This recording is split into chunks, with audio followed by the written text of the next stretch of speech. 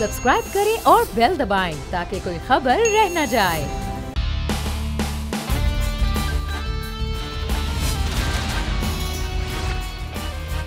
अस्सलाम वालेकुम नाजरीन, प्रोग्राम में आपको खुशामदीद कहेंगे। मैं हूं आपके साथ सहरिश जुहेब। नाजरीन, पार्लिमानी कमेटी बराए कौमी सलामती का अहम तरीन इजलास जारी है। अहम शख्सियात ने शिरकत की है और जो ही इजलास ख़त्म होगा आपको आगाह करेंगे इजलास में क्या सूरत हाल रही और किन उमूर पर बातचीत हुई, क्या ब्रीफिंग दी गई, सब आपको इससे आगाह किया जाएगा।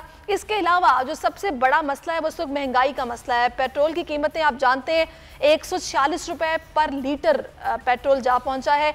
अवाम दुहाइयाँ दे रहे हैं, शदीद परेशान है, जबकि ऑपोजिशन इस वक्त हुकूमत के खिलाफ बिल्कुल मैदान में आ चुकी है और सिंगल पॉइंट उनका एजेंडा है महंगाई, कि अवाम इस वक्त महंगाई की चक्की में पिस रहे हैं, वो क्या करें, उनके लिए क्या किया जा रहा है, उनको रिलीफ नहीं तकलीफ दी जा रही है। इसी सारी सिचुएशन पर बात करेंगे। इसके अलावा बलोचिस्तान की न्यू कैबिनेट पे भी बात होगी और of course T20 world cup पर भी बात करेंगे।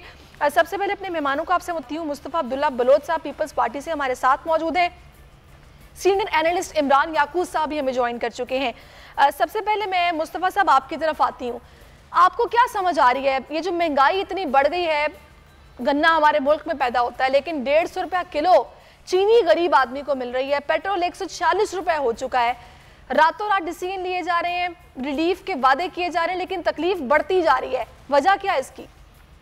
देखें, इसकी सबसे बड़ी वजह यह है कि इनका कोई नज़रिया नहीं है, कोई विजन नहीं है और बहाना ये लोग कोविड का हर दफ़ा कर देते हैं। लेकिन कोविड से पहले ही इकोनॉमिक सिचुएशन हमारी बहुत डाउनवर्ड जा रही थी और जैसे आपने देखा होगा दवाइयों की कीमतों में इजाफा पहले हो चुका था, 600% इजाफा हुआ था दवाइयों की कीमत में।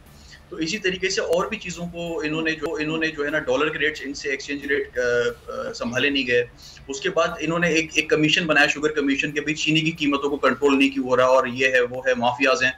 उसके बाद क्या हुआ? कुछ भी नहीं हुआ, कोई बंदा पकड़ा नहीं गया, कोई शुगर कमीशन में जो लोग आए वो इनके कैबिनेट में ही बैठे हुए हैं। तो कहने का मकसद है कि इन्होंने एक तो अच्छा, फिर ये रिलीफ पैकेज तो एक जोक है, एक मजाक है। आप देखें आप किस तरह डिस्ट्रीब्यूट करेंगे। मैं जिस हल्के में हूँ, मेरा अपना हल्का जाती हल्का है, वहां पे तो अगर ज्यादातर लोग इफेक्टेड हैं तो आप कितनों को मैनेज करेंगे, कितनों को आप घर घर कार्ड्स पहुंचाएंगे, कितनों को रिलीफ देंगे? अच्छा, रिलीफ भी क्या है, सिर्फ घी पे और आपके दालों पे है और आपके जो है वो चावल पे है। तो कहने का मतलब है कि आप अगर 3-4 चीजों के लिए आप सब्सिडी देके और एक लोगों को एक उसमें डाल रहे हो, फिर अगले दिन रात के 2 बजे आप पेट्रोल की कीमत बढ़ा देते हैं रातों रात चुके। तो कहने का मकसद है कि इनको कोई अवाम का गर्ज नहीं है और अवाम ऑपोजिशन के साथ निकल रही है। आपने देखा चेयरमैन बिलावल साहब ने एक कॉल दी और पूरे कराची से लेके खैबर तक, ग्वादर से लेके गिलगित तक लोग निकले। तो कहने का मकसद है अब ये relief package, it's just like they are rubbing salt on the wounds of poor Pakistanis who have been affected by their pathetic economic policy of Imran Khan. आज अगर लोग निकल रहे हैं तो लोगों को पता है कि भाई अगर नहीं निकलेंगे तो ये 1.5 साल में और इकोनॉमी की तबाही कर देंगे। अच्छा, तो पब्लिक इमरान साहब मैं आपकी तरफ आती हूँ माजरत के साथ, आप इसको इकोनॉमी की बर्बादी समझ रहे हैं या फिर जैसे कि वज़ीर आज़म की कहते हैं कि ये दूरदराज नताइज इसके होंगे, फिलहाल आपको तकलीफ बर्दाश्त करना पड़ेगी? अभी कल ही की बात है, फवाद चौधरी साहब ने कहा कि अभी मुश्किल वक्त है, हम मिलकर मुकाबला करेंगे, ये भी गुजर जाएगा। वाकई उम्मीद रखें कि गुजर जाएगा या फिर हालात ऐसे ही रहने हैं?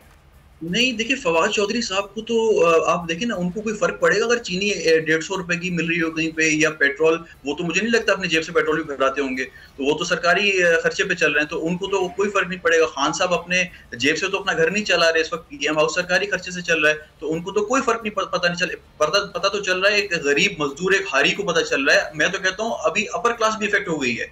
आपकी जो अपर क्लास है, जो मिडिल क्लास है, वो भी रो रहे हैं, वो भी कह रहे हैं भाई इस बंदे ने तबाही मचा दी है इकोनॉमी में। जो आपके डेली वेजर्स थे वो तो ऑलरेडी इफेक्टेड थे, और सबसे बड़ी बात आपकी जो ताजिर बरादरी है, जिन्होंने आपकी इकोनॉमी में इनपुट देना है, जिन्होंने आपकी इकोनॉमी मईशत को ऊपर ले जाना है, वो रो रहे हैं। गाड़ियों की कीमतों में इजाफा, हर चीज में इजाफा हो रहा है। आप एक आम आदमी, अच्छा आप ये देखें कि ये एक नया इन्होंने शोशा छोड़ा है, अमेरिका से, लंदन से अपने किराए के लोगों से ये वीडियोस बना के शेयर कराते हैं कि भाई अमेरिका में तो पेट्रोल की कीमत इतनी है, उसके लिहाज से पाकिस्तान में तो कम है, तो पाकिस्तानी क्यों इतना परेशान हो रहे हैं? भाई पाकिस्तान का पर कैपिटा इनकम और एक अमेरिकन का पर कैपिटा इनकम में जमीन आसमान का फर्क है। आपका पॉइंट आ गया मुस्तफा साहब, ठीक है, आपका पॉइंट आ गया। मैं इमरान साहब आपको शामिल गुफ्तगू करूंगी, आप कहिएगा क्या मजबूरी है हुकूमत की, या फिर जो जवाब पेश किए जा रहे हैं आप उनको बाय कर रहे हैं उन आर्ग्यूमेंट्स को? उम्मीद रखें या फिर अब आपको भी उम्मीद नहीं है? बिस्मिल्लाहिर्रहमानिर्रहीम। देखिए, नाउमीदी करना कुफर है, सोचना फजूल है। इस हुकूमत के बारे में ये सोचना कि ये कोई बेहतरी करेगी, इससे फजूल मैं समझता हूँ कि सोच हो ही नहीं सकती। देखिए, 3.25 साल में अगर कोई हुकूमत अपना लाहे अमल तय ही नहीं कर पाई कि उसने किस तरह से महंगाई पे कंट्रोल करना है, उसने किस तरह से एहतसाब करना है, उसने किस तरह से तैनाती करनी है, उसने किस तरह से अपोजिशन को रगड़ा देना है। बात ये सिर्फ नारे लगाने से, बातें करने से, अगर बड़ी बड़ी बातें करने से मसला हल हो तो सहरिश आपको भी माशाल्लाह इतने साल हो गए एंकरिंग करते हुए। पाकिस्तान में 38-40 के करीब न्यूज चैनल है। हम सिर्फ न्यूज चैनल्स के एंकर्स और एनालिस्ट शोर मचाना शुरू कर दें, ऊंची ऊंची बोलना शुरू कर दें, तो फिर मामला अगर बोलने से ठीक होता हो तो फिर तो वैसे ही ठीक हो जाएगा। बिल्कुल। गुजारिश सिर्फ इतनी है कि हम 3.25 साल में वो एक्सपर्ट्स जो हैं जिनका मेरे कप्तान ने वादा किया था, हमारे खातिल अजीज वजीर आजम जनाब मोहतरम इमरान खान साहब ने, कि 200 के करीब एक्सपर्ट्स हैं हमारे पास। जब हुकूमत हमें मिलेगी हम उसी वक्त ये सारे मामला को ठीक कर देंगे। फिर उन्होंने कहा कि इमरान साहब वो बातें तो छोड़ दें, 100 निकाती एजेंडा भी था, उसके बाद अभी देखिए बम्पर क्रॉप हुई है हमारी गन्ने की, गंदम की और आटे की हालत आप देखिए कितने रुपए का मिल रहा है, चीनी कितने रुपए की मिल रही है। अभी कहते हैं क्रशिंग होगी, पहले तो जनाब ये कहते थे, मानते थे कि हाँ महंगाई आगे चल के सूरत हाल बेहतर होगी। अब जवाब तलाश करते हैं वो जरा खुद भी। शौकत बसरा साहब हमें ज्वाइन कर चुके हैं पीटीआई से, उनको आप शौकत बसरा साहब की बात जरूर सुनिएगा, लेकिन मेरा अपने सवाल का जवाब जरूर ले लें। गुजारिश ये है कि जब वजीर आजम खुद ये ऐलान करें, खुद जब रिलीफ देने की कोशिश करें और उसमें ये कहें कि जनाब 120 अरब रुपए का हम रिलीफ दे रहे हैं 13 करोड़ आवाम को, और उन्हीं के एक साबिक मावने खसूसी कह लें, मशीर कह लें, मारूफ मईशतदार जो है हमारे डॉक्टर फरुख सलीम साहब, उन्होंने हिसाब करके ट्वीट कर दिया कि जनाब 13 करोड़ आवाम में अगर रुपए बांटेंगे तो 154 रुपए फी फर्द हिस्से आएगा एक महीने में, यानी 154 रुपए का आप रिलीफ दे रहे हैं एक बंदे को फी महीना, और आप उस पर बड़ी पगलें बजा रहे हैं। दूसरी बात ये है कि आप जब खुद कहते हैं कि जी हमें तो आपने उसमें रिलीफ क्या दिया, आपने ऐलान तो ये किया कि पेट्रोल महंगा करना पड़ेगा, और मेरे पाकिस्तानियों खुशखबरी ये है कि गैस भी नहीं मिलेगी, और फिर किया क्या, रात के अंधेरे में आपने 8 रुपए 5 पैसे पेट्रोल मजीद महंगा कर दिया। तो ये जो सारी चीजें हैं ये आप मद्देनजर रखें। मेरे दोस्त बसरा साहब जो है ना वो मजबूर है पार्टी की अपने लीडर की तारीफ करनी है। सही शौकत बसरा साहब से बात करते हैं हम। देखिए ये जो सबसे पहले तो मैं आपको खुशामदीद कहती हूँ प्रोग्राम में। दूसरा शौकत साहब, ये जो सिचुएशन बनती जा रही है कि पहले वादे किए गए, कहा गया कि आगे चलकर आपको रिलीफ मिलेगा, अब 3 साल गुजर चुके हैं, 2 साल बाकी रह गए हैं, अब भी वज़ीर आज़म ये कह रहे हैं कि जनाब 2 खानदान लूटी गई दौलत वापस ले आएंगे तो मैं कीमतें आधी कर दूंगा। तो फिर उन वादों का क्या, जो रिलीफ के वादे थे पहले ही बता देते, अवाम उम्मीद ही ना लगाते। लेकिन पहली बात तो ये है कि हुकूमत के लिए भी कोई खुशी वाली बात नहीं है, हम लोग खुद भी प्रेशर में हैं, ये कोई फैसले खुशी में नहीं किए जा रहे हैं।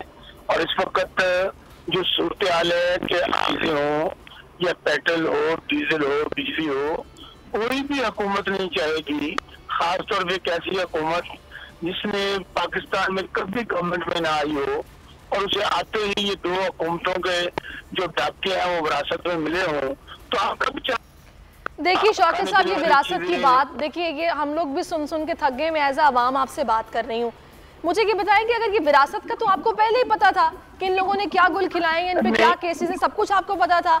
यहाँ तो आप अवाम को उम्मीद न दिलाते, आप लोगों ने वादे किए सब ठीक करने के, नया पाकिस्तान बनाने के। सिचुएशन आपके सामने है, बताएं ना चीनी कमीशन की रिपोर्ट का क्या हुआ। हमारे मुल्क में चीनी गन्ना उगता है, हमें खाने पीने की चीजें इतनी महंगी मिल रही हैं, अब आप लोग कहते हैं कि पूरी दुनिया में महंगाई हो रही है। लेकिन जो दर्द आपके दिल में है मैं समझ सकता हूँ, आप बिल्कुल सही कह रही हैं, और अवाम परेशान है। हम खुद, मैंने लफ्ज स्टार्ट भी यहाँ से लिया था, हमारे लिए भी कोई आइडियल सिचुएशन नहीं है। हम लोग भी कोशिश कर रहे हैं, अगर ये सूरत हमारे सामने ना हो तो क्यों प्राइम मिनिस्टर 130 अरब का इन हालात में उन्होंने पैकेज दिया है, जब पूरी तरह से इकोनॉमी में प्रेशर है। कि हम कोविड की वजह से बटोर हो रहे हैं, और वैसे कोई अगर मगर नहीं है, बाकी ममालिक को हम मिसाल नहीं देते हैं। हम तो कोशिश कर रहे हैं कि जो अभी बस 3-4 चीजें हैं, जैसे आटा है, चीनी है, ये आम जिंदगी की चीजें हैं, इनके ऊपर हमने 30% अभी रिलीफ दिया है।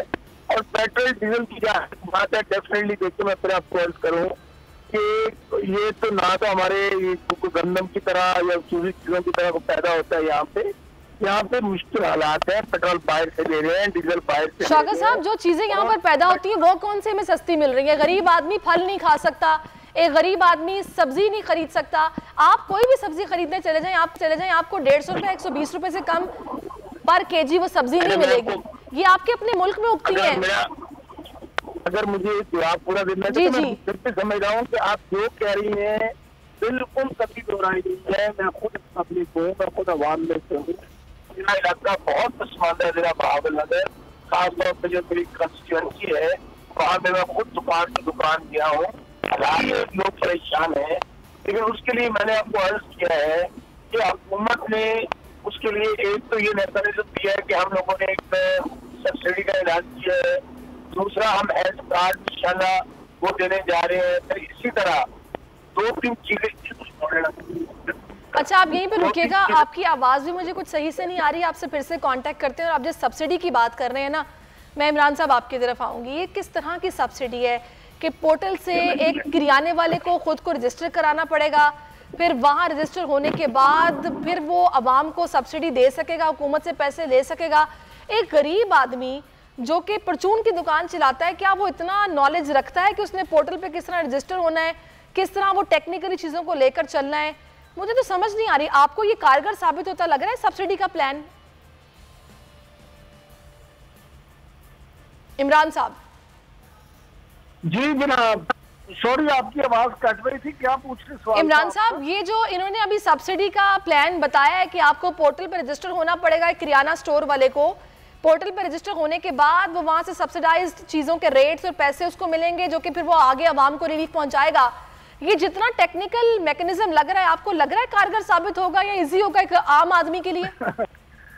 सरिश, ये मैं अर्ज करूं कि वैसे तो मैं फिर अर्ज करूंगा कि सियासतदानों ने, हमारे जितने दोस्त हैं, उन्होंने तो अपने पार्टी के सरबराह की तारीफ करनी होती है, उसी पॉलिसी को इंडोर्स करना होता है। मामला ये है कि पहली बात ये कि क्या आप समझती हैं कि गुर्बत से नीचे जिंदगी गुजारने वाले जो लोग हैं, जिनके लिए पैकेज अनाउंस किया गया, जरूरी हो कि हर एक के पास मोबाइल फोन हो? पहली बात। फिर उसके बाद दूसरी बात ये हो कि उसको इस तरह से आता हो कि वो उस पर अपना एक मैसेज भेजे, उसको कोड आए, फिर वो दुकानदार के पास जाए, दुकानदार उसे बताए कि हाँ ये मुझे कोड मौसूल हो गया है, आप 5 किलो आटा जो है 85 रुपए वाला वो 30 रुपए में 30 रुपए सस्ता 55 रुपए में ले सकते हैं। मामला ये इतना पेचीदा मामला है, पता नहीं इमरान खान साहब जो है उनकी टीम और उनसे क्या कुछ करवाना चाहती है। देखिए, जब वजीर आजम के मनसब पे फाइज आदमी बैठा होता है ना, मनसब पे फाइज होता है, उसकी कई मजबूरियां होती है, लेकिन ये उसकी टीम की नाअहली होती या नलायकी होती है, इस तरह से नाकाम करवाते हैं, या उसी की टीम की ये कामयाबी होती है कि वो उसको कामयाब करवा देते हैं। इन्होंने इतना पेचीदा अमल ये बना दिया है कि पहले तो ये कि ये चीजें इस तरह से आसानी से होंगी नहीं, दूसरा ये कि अगर इस तरह से हो, इनके पास एक बनाया नेटवर्क है यूटिलिटी स्टोर का। सिंपल ये काम था, ये जिनको सब्सिडी देना चाहते थे, क्योंकि जिन लोगों के पास एहसास कार्ड है उनको 30% छूट है, वो महीने में 10,000 की अगर यूटिलिटी स्टोर से शॉपिंग करते हैं तो उस पर उन्हें 30% कंसेशन मिलेगी, और वो महीने में एक बार वो शॉपिंग कर सकते हैं। तमाम यूटिलिटी स्टोर को एक तरह से वो राशन डिपो करार दे देते उन लोगों के लिए। लोग अपना सिंपल एहसास कार्ड लेके जाते हैं, वो कार्ड वहाँ पे स्वाइप होता, उनको 30% राहत भी मिल जाती, उम्र भी मिल जाती। लेकिन उसमें मामला ये था कि फिर इनको समझदार कौन के, फिर हमको मौका कैसे मिलता यहाँ प्रोग्रामों में बैठ के उनकी तारीफें करने का, उनके पे तनकीद करने का। लिहाजा ये मैं समझता हूँ इमरान खान साहब की टीम में कुछ काली बेड़े ऐसी हैं जो जानबूझ के शौकत साहब ऐसे मुश्किल फैसले करवाती हैं। सही इमरान साहब आपका पॉइंट आ गया। मैं बिल्कुल आप सही कह रहे हैं शौकत साहब। ये काली भेड़ों की बात आपने सुन ली होगी, कोई शक नहीं वज़ीर आज़म की नीयत साफ है, वो सच्चे दिल से कोशिश कर रहे हैं, नया पाकिस्तान बनाना चाहते हैं, उन पर कोई ऐसे इल्ज़ाम नहीं है, स्कैंडल्स नहीं है। लेकिन जो उनके इर्द गिर्द वाले हैं सारा मसला उनका है। अभी आप देखिए कि जो ये नाम आ रहे हैं, ये जो ज़ख़ीरा अंदोज़ी में, उनमें किन की शुगर मिले हैं आप बड़े अच्छे तरीके से जानते हैं, मुझे बताने की ज़रूरत नहीं है। तो अब इस पे अवाम को तो आप लोगों को जवाब दे होना पड़ेगा। आगे कैसे फिर आप लोग अगला इलेक्शन लड़ेंगे यहाँ पे गवर्नेंस अगर आपकी रही तो? देखिए पहली बात तो ये है होती है या मुस्लिम लीग लोग या पीपल्स पार्टी के लोगों की है, हाँ वो किसी की भी बिजनेस करने के लोग की है, एक रात से निकाल के किसी को और अब ये बहुत इम्पोर्टेंट इशू ये भी एक चैलेंज है कि ये गिरा दोषी हो रही है जिस वजह से रेट ऊपर आ जाते हैं। जो हमारी चीजें हैं उनका रेट किया गवर्नमेंट ने उसके ऊपर बिकने चाहिए, कोशिश करते हैं कि हमें चैलेंज उसके साथ उनके जो MNAs MPs हैं, जो मुंतखब लोग हैं और साथ जो मजिस्ट्रेट साहबान हैं, इंश्योर करें कि जो चीज की कीमत है वो मिलनी चाहिए। तो अब जहाँ तक बात मेरे ये भाई कौन है मैं नहीं समझ सका, जो अगर तुम अपोजिशन की जहाँ तक बात अब रहती है ये तो मगरमच्छ की आंसू बात है, इनको गरीबों से क्या लेना देना, ये तो इन लोगों की वजह से लोग गरीब और बारियां नहीं है। अगर इतना दर्द होता गरीबों का तो ये गरीब क्यों ना हो जाते, ये पीर से अमीरता हो गए। इसका मतलब ये हुआ कि आज जो यहाँ बैठकर टोपी ड्रामा और मगरमच्छ के आंसू बहा रहे हैं, हाय गरीबों, और भाई आप लोग भी तो गरीब हो जाए, कभी चीनी की जरूरत पड़े जिस तरह आम आदमी को पड़ती है, आपको भी इसी तरह घी की जरूरत पड़े जिस आम के लोगों को पड़ती है। इसलिए इनकी बातों की तरफ तवज्जो मत दे, इनको लिए इन तो बेचारे तो ये तो पहले दिन से कह रहे हैं कि हुकूमत नाकाम हो गई है। शौकत साहब किसी की बात पर कोई तवज्जो अवाम नहीं दे रही थी, तभी एक नई जमात को वोट दिया था और उनसे उम्मीद रखी थी बेहतरी की, तब्दीली की। मुझे बताएं इस अवाम का जिम्मेदार फिर कौन है? उनसे बात करो तो वो ये बोलते हैं ये बेड़ा गर्क कर रहे हैं, इनसे बात करो तो ये बोलते हैं कि इनका बिगाड़ है, हम इतनी जल्दी कैसे ठीक करें? देखिए पहली बात तो ये हकीकत से कोई इनकार कर सकता है कि 70 साल में इमरान खान का दिन भी तो हुकूमत में साबित कर रही है तहरीक इंसाफ का। और दूसरी बात, ये तमाम इदारों को अगर तबाह बर्बाद किया है, ये महंगाई को रातों रात तो यहाँ नहीं पहुंच गई ना, या अगर ये जो $32,000 के कर्जे लिए वो इमरान खान ने तो नहीं लिए, जाहिर है। और अब ये जो महंगाई, फिर मैं कह रहा हूँ इनको तो महंगाई, मैं तो कहता हूँ इनके लिए महंगाई होनी चाहिए। ये जो शौकत साहब वज़ीर आज़म बाहर के मुल्कों से हमारा कंपैरिजन कर रहे हैं, बाहर के मुल्कों में जो एक बेसिक नेसेसिटीज है ना वो उनको डोर स्टेप पर अवेलेबल है, खाने पीने की चीजें बहुत सस्ती हैं। मैं आपकी तरफ वापस आऊंगी, मुझे मुस्तफा साहब को भी शामिल गुफ्तगू करना है, वो काफी देर से खामोश बैठे हुए हैं। मुस्तफा साहब जी शौकत साहब देखिए मैं आपको अर्ज करूँ आप का दूसरा एंगल देखिए कि आप देखिए जाके, मैं भी छोटा मोटा किसान हूँ, जाके जिम्मेदार को पूछें कि उसे जो आज पाकिस्तान की तारीख में जितना उसको फसलों का रेट नहीं मिला था आज मिल रहा है। आज किसी बिजनेस कम्युनिटी के बंदे को लेकर आए कि पाकिस्तान की तारीख की हाईएस्ट लेवल पे एक्सपोर्ट टच किया है 3 दिन पहले। एक मिनट 6.4 बिलियन डॉलर की एक्सपोर्ट गई है, कंपनी के ऊपर हो रही है। हाँ इश्यू है कि ये चीजें जो है इनको हमने कंट्रोल करना है, हमने पता नहीं कब करना है शौकत साहब, कब करना है? आपने 3 साल हो चुके हैं। मैं किसान की बात नहीं कर रही फिलहाल, मैं बात कर रही हूँ कॉमन बंदे की जो कि पंक्चर की दुकान पे बैठता है, जो कि दिहाड़ीदार मजदूर है, जो कि बाहर ठेला लगा के खड़ा होता है, उसको रिलीफ कब मिलेगा? बात की है सारी। मैं आपकी तरफ वापस आऊंगी। मुस्तफा साहब मेरा आपसे सवाल है, मुझे ये बताइएगा कि आप लोगों ने भी हुकूमत की है, आप लोग भी हुकूमत में रहे हैं पहले, आपको क्या समझ आ रही है? आप लोगों के इस आर्गुमेंट को क्या अवाम बाय कर रहे हैं, आप लोगों के साथ निकलने को तैयार हैं? क्योंकि इस वक्त तमाम मुआशी तौर पर बदहाली का शिकार है, परेशान है, और ये मिसट्रस्ट बढ़ता है। ऐसे अंधेरों में फैसले करना, कीमतें बढ़ा देना, और दिन चढ़े तो पता लगता है पेट्रोल 140 रुपए का हो गया। जी, रात के अंधेरे में। देखें, सबसे पहले तो इस सब्सिडी को आप जरा एनालाइज करें। इस सब्सिडी में आप क्या सब्जी, गोश्त, बाकी जो एक जरूरी अशिया हैं जो लोग अपने घर में इस्तेमाल करते हैं उस पर अप्लाई हो रही है? नहीं हो रही है। आप लोगों को सिर्फ दाल और रोटी पे छोड़ रहे हैं, वो भी आप लिमिटेड लोगों को, पूरे पाकिस्तान को आप ये सहूलत नहीं दे रहे, और वो भी कब देंगे किसी को नहीं पता। अच्छा, इसमें वो आपको पॉइंट आउट कर रहे हैं, आप लोग सिंध में गंदम क्यों रिलीज नहीं कर रहे हैं? बसरा साहब मुझे ये बताएं, आप लोग सिंध में गंदम रिलीज क्यों नहीं कर रहे हैं? गरीब है क्या? अली जैदी गरीब है क्या? खुसरो बख्तियार गरीब है क्या? वो महलों में नहीं रहते? आपकी बात बिल्कुल बजा है। गरीब तो बिलावल भी नहीं है, गरीब तो जरदारी साहब भी नहीं है, गरीब तो मुराद अली शाह साहब भी नहीं है, गरीब कोई भी नहीं है। मुझे ये बताइए कि सिंध में गंदम रिलीज नहीं हो रही। जी जनाब, वापस आते हैं प्रोग्राम की तरफ और अब कुछ बात हो जाए T20 वर्ल्ड कप के हवाले से। क्या ज़बरदस्त परफॉर्म कर रही है हमारी क्रिकेट टीम, और अगला मैच ऑस्ट्रेलिया के साथ होने जा रहा है जो कि किसी तौर भी आसान हरीफ नहीं हो सकता, लेकिन अगर आप जमकर खेलेंगे और वही कारकर्दगी का तसलसल बरकरार रखा जाएगा तो आप जीत भी सकते हैं, और हार और जीत तो खेल का हिस्सा है। एजाज वसीम बाखरी हमारे नुमाइंदे इस वक्त दुबई से में ज्वाइन कर चुके हैं, उनसे बात करते हैं और जानते हैं।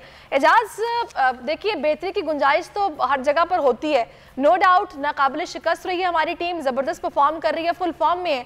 आपको लगता है कोई तब्दीली होनी चाहिए इस अगले मैच के लिए? बड़ा टफ सवाल है कि कोई तब्दीली सेमीफाइनल में पाकिस्तान करेगा या नहीं करेगा, क्योंकि पाकिस्तान ने 5 मैचेस सेम स्क्वाड के साथ खेले हैं। अगर हम इन 11 प्लेयर्स की परफॉर्मेंस देखें पिछले 5 मैचेस में, गो के पाकिस्तान जीता है। हसन अली एक ऐसे बॉलर हैं जिनकी परफॉर्मेंस उस म्यार की नहीं है जिस म्यार की परफॉर्मेंस बाकी 11 प्लेयर्स की रही है। और दिलचस्प चीज ये है कि इन 5 वर्ल्ड कप के मैचेस में जो पाकिस्तान जीता है, तमाम के तमाम इन 5 मैचेस में different player man of the match हुए हैं। एक में शाहीन शाह अफरीदी हुए, एक में आसिफ अली हुए, एक में रिजवान हुए, एक में शुएब मलिक हुए हैं, और एक में हारिस रऊफ हुए हैं। 5 मैचेस में 5 प्लेयर्स ने अच्छा परफॉर्म किया है, लेकिन हसन अली की तब्दीली कर सकते हैं, लेकिन मुझे नहीं लगता कि पाकिस्तान स्क्वाड चेंज करेगा। हसन अली बड़े मैचेस का प्लेयर है, आपको याद होगा चैंपियंस ट्रॉफी 2017 में हसन ने अच्छा परफॉर्म किया था, और आप यूं समझ लें कि 80% चांसेस हैं कि पाकिस्तान सेम स्क्वाड के साथ ऑस्ट्रेलिया के खिलाफ खेलेगा। अच्छा, तो फिर देखिए हम लोगों के जो खिलाड़ी हैं आपको पता है वो क्रॉस बैट खेलते हैं, तो आपको क्या लग रहा है ज़ेम्पा का किरदार आप किस तरह का देख रहे हैं, और क्या जो बॉलर्स हैं ऑस्ट्रेलियावी को मुश्किलात खड़ी कर सकते हैं पाकिस्तानी बैटिंग लाइन के लिए? देखिए, ऑस्ट्रेलिया के पास सिर्फ ज़ेम्पा ही नहीं है, उनके पास ऑस्टन एगर भी उनके अच्छे स्पिनर हैं, पता नहीं अब उनको चांस मिलता है या नहीं मिलता। मिचेल स्टार्क हैं, जैश हेजलवुड हैं। ऑस्ट्रेलिया एक मजबूत टीम है, और वर्ल्ड कप का सेमीफाइनल जो 4 टीमें आई हैं वो चारों मजबूत टीमें हैं। बड़ा मुकाबला होगा, टफ मुकाबला होगा। पाकिस्तान के लिए मुकाबला बिल्कुल भी आसान नहीं है, और पाकिस्तान टीम का तसलसल जीत का बना हुआ है। विनिंग कॉम्बिनेशन अगर कंटिन्यू रहता है, हसन को ड्रॉप नहीं करते हैं, और ऑस्ट्रेलिया के साथ पाकिस्तान दुबई में खेलने जा रहे हैं। एक चीज का एडवांटेज है पाकिस्तान को, इन यूएई के ग्राउंड्स के ऊपर पाकिस्तानी टीम पिछले 10-12 साल से मुसलसल खेलती चली आ रही है। पाकिस्तान ने लास्ट टाइम ऑस्ट्रेलिया में जब मिसबा पाकिस्तानी टीम के कोच थे, दौरा किया था, तो पाकिस्तान वहां पे हार गया था। ऑस्ट्रेलिया के सामने पाकिस्तान, देखें एक चीज याद रखिएगा, इस वर्ल्ड कप में इंडिया के साथ जो पाकिस्तान ने 24 अक्टूबर को मैच खेला, वो ऑस्ट्रेलिया वाले मैच से ज्यादा टेंशन वाला, ज्यादा प्रेशर वाला और ज्यादा बड़ा मुकाबला था। तो पाकिस्तान ने अगर वो ब्रिज बड़ी आसानी से क्रॉस कर लिया है, तो उम्मीद रखनी चाहिए कि पाकिस्तान यहां पे भी अच्छा परफॉर्म करेगा। और टीम का एतमाद इस वक्त हिमालय को छू रहा है, इसमें कोई शक नहीं है। क्रिकेट 20 ओवर की गेम है, 2 ओवर उधर भी मैच को टर्न कर सकते हैं, 2 ओवर उधर भी कर सकते हैं। एतमाद सबसे बड़ी चीज होती है, और पाकिस्तानी टीम का एतमाद लगता है कि पाकिस्तान सुरखरू होगा। एजाज, आप भी काफी अरसे से कवर कर रहे हैं टूर्नामेंट्स को, सीरीज को, मैचेस को, ये जो मैजिक हुआ है आपको क्या समझ आई है, इसके पीछे क्या वजह? क्योंकि हमेशा हमने देखा है पाकिस्तानी टीम स्ट्रगलिंग करती नजर आई, लेकिन इस दफा तो इन्होंने हैरान कर दिया है, वजह क्या आपको समझ आ रही है? देखिए, इसकी वजह अग्रेशन है, वो अग्रेशन और वो हंगर है पाकिस्तान क्रिकेट के अंदर, जो पिछले 1.5-2 महीने से जो इंसिडेंट हो रहे थे। रावलपिंडी में टॉस से पहले न्यूजीलैंड टीम का यूं पाकिस्तान का दौरा छोड़ के चले जाना, ये एक फैक्टर है। मिसबा और वकार को कोचिंग से हटा के प्लेयर्स को आजाद और फ्री कर देना, एक ये फैक्टर है। और फिर पाकिस्तानी टीम के अंदर लास्ट मूवमेंट के ऊपर शुएब मलिक का और फखर जमान का वर्ल्ड कप के स्क्वाड में वापस आना, ये भी एक फैक्टर है। और फिर रमीज राजा ने और इमरान खान ने इन प्लेयर से वर्ल्ड कप में आने से पहले मुलाकात करके कहा था कि आपको जीतना पड़ेगा और जीत के दुनिया को दिखाना पड़ेगा। देखिए, मैं और इस वक्त जब आप गुफ्तगू कर रहे हैं तो पाकिस्तान और ऑस्ट्रेलिया ने मुश्तरका तौर पर कुछ घंटे पहले प्रेस रिलीज किया है। 24 साल का अरसा, 2 दहाइयों के बाद ऑस्ट्रेलिया ने पाकिस्तान आने का फैसला किया है। तो न्यूजीलैंड का छोड़ के चले जाना, टीम के अंदर 1-2 तब्दीलियां कर लेनी, कोचेस का नया आ जाना, और फिर एक और चीज है, ये जो पाकिस्तान टीम है इसमें शुएब मलिक और हफीज 2 सीनियर प्लेयर हैं, बाकी सारे यंग प्लेयर्स हैं। तो इन्होंने अपने आप को साबित करना था दुनिया के सामने, और फिर वो किसी ना किसी तौर पे, ये बात दुरुस्त है कि न्यूजीलैंड का पाकिस्तान क्रिकेट के साथ धोखा करना एक वो एंगर था जिस एंगर ने पाकिस्तानी प्लेयर्स को मोटिवेट किया, और उसकी मोटिवेशन जो है वो नजर आई है ग्राउंड के अंदर। अच्छा, मुझे आप चूंकि दुबई में मौजूद हैं और सारे मैचेस को आप लाइव देख रहे हैं, जरा ड्रेसिंग रूम का भी हवाल बताइए, वहां पर क्या सिचुएशन होती है मैच खेल के आने के बाद भी और पहले भी? देखिए, मैच से पहले पाकिस्तानी टीम की एक आदत यह है कि बड़े रिलैक्स्ड प्लेयर्स हैं। पाकिस्तानी टीम की इस वक्त जो मैनेजमेंट है उसके अंदर 2 ऐसे नाम पाकिस्तान क्रिकेट बोर्ड ने ऐड किए थे, ऑस्ट्रेलिया के साबिक बैट्समैन मैथ्यू हेडन और साउथ अफ्रीका के साबिक फास्ट बॉलर वर्नन फ्लैंडर्स को, और सकलैन मुश्ताक जो हैं वो हेड कोच हैं, अबूरी हेड कोच हैं। तो इन लोगों ने टीम का माहौल बड़ा शानदार रखा हुआ है। आपको याद है कि पाकिस्तान ने जब नमीबिया को हराया था अबू धाबी में, तो पाकिस्तानी टीम के तमाम लोग नमीबिया के ड्रेसिंग रूम में गए थे और उनको जाके पाकिस्तान ने उन्हें बड़े अच्छे अंदाज में अप्रिशिएट किया कि आप वर्ल्ड कप के सुपर 12 मरहले में आए हो। इवन इंडिया के खिलाफ जब पाकिस्तान ने बगैर कोई विकेट खोए इंडिया को 152 रन करके शिकस्त दी थी, तो वो रिजवान का विराट कोहली को गले लगा के उससे मुबारकबाद देना, ये चीजें साबित करती हैं कि पाकिस्तानी टीम पॉजिटिव है, क्योंकि शिकस्त का खौफ एक ऐसी चीज है जिसने इंडियन टीम को, वर्ल्ड कप के वो मेजबान भी थे क्योंकि इंडिया में वर्ल्ड कप होना था, कोविड की वजह से यूएई में शिफ्ट हुआ, तो जब आपका कॉन्फिडेंस नीचे चले जाता है और शिकस्त का खौफ होता है तो तब आप नीचे गिर जाते हो। पिछले बहुत सारे वर्ल्ड कप्स और टूर्नामेंट्स देख लें, पाकिस्तानी टीम खौफ में जब खेलती है तो हारती है, जब ये खौफ से बाहर निकल कर खेलते हैं तो देखें 5-0 पाकिस्तान का इस वक्त रिजल्ट है। अच्छा, अब मुझे ये बताइएगा कि वैसे आपकी क्या तवक्कुआत हैं? अगर ऑस्ट्रेलिया की बात की जाए तो जिस परफॉर्मेंस को लेकर ऑस्ट्रेलियन टीम जानी जाती है, अब उस तरह की परफॉर्मेंस नहीं इनकी रही है। किसी मैच में क्लिक किए हैं, किसी मैच पर नहीं किए, कुछ मिक्स इनकी परफॉर्मेंस रही है। तो आपको क्या लगता है, पाकिस्तान वैसे तो ऑस्ट्रेलिया के साथ खेलते हुए जितना नर्वस हो जाता है उतना इंग्लैंड के साथ खेलते हुए नहीं होता, कुछ ऐसा हो सकता है? क्या लगता है आपको? देखिए, ऑस्ट्रेलिया का मैच पाकिस्तान के साथ जो सेमीफाइनल है ये दुबई स्टेडियम के अंदर दुबई में है, और पाकिस्तान को, बाबर को, मेरा जाती ख्याल यह है कि टॉस जीत के बाबर को ऑस्ट्रेलिया को बैटिंग करवानी चाहिए, क्योंकि T20 क्रिकेट में जब आप पहली बॉलिंग करते हो तो आपको 160 का टारगेट मिले, 150 का मिले, तो आपके माइंड में होता है कि हमने 8 रन पर ओवर की एवरेज से स्कोर करना है या 9 रन पर एवरेज से स्कोर करना है। तो पाकिस्तान ने टारगेट चेज करके 3 मैच जीते हुए, 2 मैचेस में पाकिस्तान ने पहले बैटिंग करके, कमजोर टीमें थी जहां पर पाकिस्तान ने पहले बैटिंग की है, तो पाकिस्तान को पावर प्ले जीतना पड़ेगा। इंडिया के खिलाफ भी पाकिस्तान की जो कामयाबी थी, वो जब बॉलिंग पावर प्ले शुरू हुआ तो शाहीन ने रोहित शर्मा को और केएल राहुल को आउट किया और हसन अली ने सूर्या कुमार यादव को आउट कर दिया। बॉलिंग पावर प्ले हमने जीता, और जब बैटिंग हुई तो इंडिया हमारी कोई विकेट नहीं गिरा सका और हमने पहले 6 ओवर का पावर प्ले जीता था। तो पाकिस्तान को ऑस्ट्रेलिया के खिलाफ या बॉलिंग पावर प्ले जीतना पड़ेगा या बैटिंग पावर प्ले। अच्छा, पहले 6 ओवर के अंदर मैच का रुख सामने आ जाता है। टोटल कितना देना होगा आपके ख्याल में जीतने के लिए? देखिए, ऑस्ट्रेलिया की बैटिंग लाइन, उनके 5 रेगुलर बैट्समैन हैं ऑस्ट्रेलिया के, पाकिस्तान की बॉलिंग अच्छी है, मेरा ख्याल है 160 रन पाकिस्तानी बॉलर डिफेंड कर सकते हैं। शाहीन अच्छी फॉर्म के अंदर है, इमाद अच्छी फॉर्म में है, कल हमने शारजा में शादाब खान को दोबारा अच्छी टून के अंदर दिखाई दिया, शादाब भी दोबारा से आ गए हैं, हफीज बॉल करवा सकते हैं। इसके अलावा हारिस रऊफ के जो 4 ओवर होते हैं वो क्योंकि 10 ओवर के बाद आते हैं, तो 160 रन 170 रन अगर पाकिस्तानी बैटिंग पहले होती है तो पाकिस्तानी बॉलर उसको डिफेंड कर सकते हैं, और अगर ऑस्ट्रेलिया पहले बैटिंग करता है तो पाकिस्तान उनको 150 पे रोक के और ये टारगेट आसानी से चेज कर सकता है। पाकिस्तान, देखें एक पॉजिटिव चीज देखिए कि पाकिस्तान का जो लोअर ऑर्डर है उसमें एक मैच में Asif Ali man of the match हुए, और कल शुएब मलिक ने 6 छक्के लगा के जो बैटिंग की है, जो अपनी फॉर्म को वापस शुएब मलिक लेकर आए हैं, और हफीज के ऊपर भी एक बड़ी इनिंग्स ड्यू पड़ी हुई है। तो पाकिस्तान दोनों साइडों में मुझे बेहतर लग रहा है, इसी एतमाद के साथ देखें बेखौफ होकर जो इंडिया के खिलाफ खेले थे। ये जो इनकी ये पॉलिसी है कि स्टार्ट जब ये लोग लेते हैं तो स्टेडीली खेलते हैं, लेकिन उसके बाद जब ये उसके बाद हार्ड हिटिंग शुरू कर देते हैं, इस पॉलिसी को आपने किस तरह देखा है? देखिए, ये बाबर का तर्ज अमल है। बाबर के ऊपर बहुत सारी तनकीद होती है इस टूर्नामेंट के अंदर, वो 450 स्कोर कर चुके हैं, किसी भी कैप्टन ने अब तक इतने 50 स्कोर नहीं किए हैं इस टूर्नामेंट के अंदर। बाबर आजम का ये अंदाज है कि वो इनिंग्स को बिल्ड करते हैं। देखें, T20 क्रिकेट के अंदर मैं जैसे पहले बता रहा था कि 6 ओवर जो पहले होते हैं, चाहे बॉलिंग के हो या बैटिंग के हो, आपको एक पावर प्ले जीतना होता है। तो बाबर और रिजवान कोशिश ये कर रहे होते हैं कि हम विकेट ना दें। जब आपके हाथ में विकेटें होती हैं, फिर जैसे कल शारजा में आपने देखा कि शुएब मलिक ने जिस तरीके से बैटिंग की, या अफगानिस्तान के खिलाफ जिस तरीके से 1 ओवर में 4 छक्के लगा के आसिफ अली ने पाकिस्तान को जितवा दिया। अगर आप विकेटें अपने हाथ में रखते हो तो फिर आप आगे छक्के चौके लगा सकते हो। तो बाबर ये इसी हिकमत अमली के साथ खेलते हैं। हालांकि उसके ऊपर मनफी तनकीद होती है कि वो स्लो खेलता है, इनिंग्स को बिल्ड कर रहा होता है, वनडे बना के T20 खेल रहा होता है।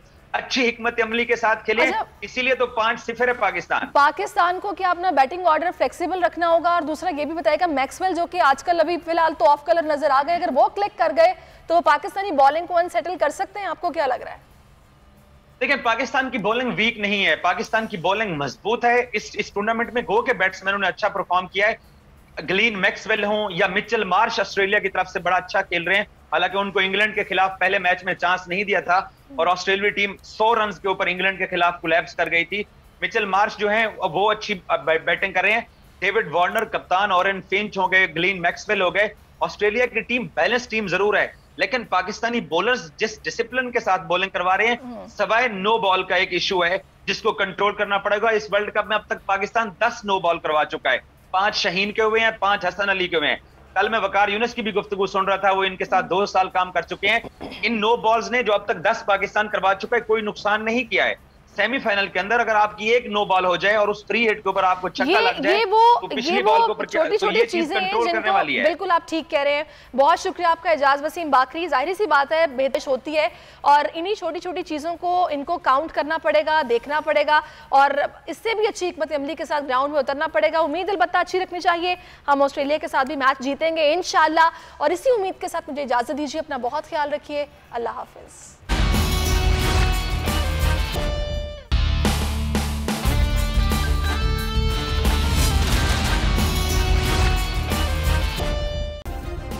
सब्सक्राइब करें और बेल दबाएं ताकि कोई खबर रह न जाए।